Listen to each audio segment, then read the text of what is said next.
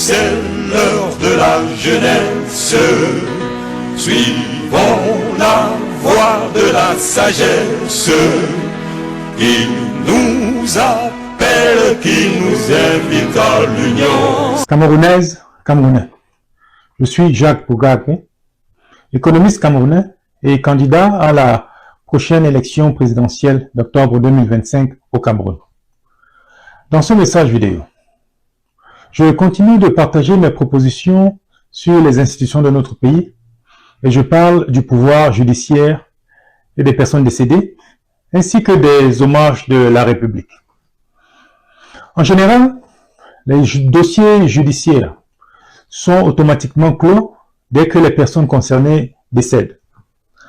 Malheureusement, beaucoup de dirigeants voleurs d'Afrique misent sur ces dispositions en s'éternisant au pouvoir dans l'espoir que leur mort effacera tout le mal qu'ils auront fait à leur pays. Je pense cependant que la justice peut toujours se prononcer lorsque les accusés sont absents, comme elle le prouve souvent lors des procès par contumace. Afin de garantir l'impartialité et l'intégrité du processus concernant les personnes décédées, le procès des personnes décédées et les procès par contumace devront désormais directement se tenir à la Cour suprême si je suis élu.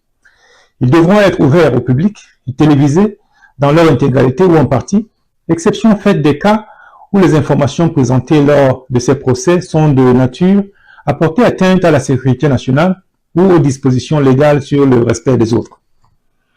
Étant donné que le problème des détournements de deniers publics est sévère en Afrique, en général et au Cameroun en particulier, la Constitution camerounaise devra permettre à la justice camerounaise d'examiner et de se prononcer sur les actes de détournement de deniers publics, même lorsque les personnes concernées sont décédées. Si une personne décédée est reconnue coupable, son casier judiciaire devra le refléter et les sanctions décidées par la justice devront être appliquées dans la mesure du possible. Par conséquent, l'État pourra toujours récupérer des biens détournés ou achetés avec de l'argent public détourné, et ce même s'ils ont été légués à quelqu'un d'autre ou même si le détourneur concerné est déjà mort. Parlons maintenant des hommages de la République. Je pense qu'il faudra mettre fin à la mauvaise pratique qui consiste pour les chefs d'État africains à se donner les noms de rues et d'autres infrastructures publiques, une pratique qui est également observée ailleurs.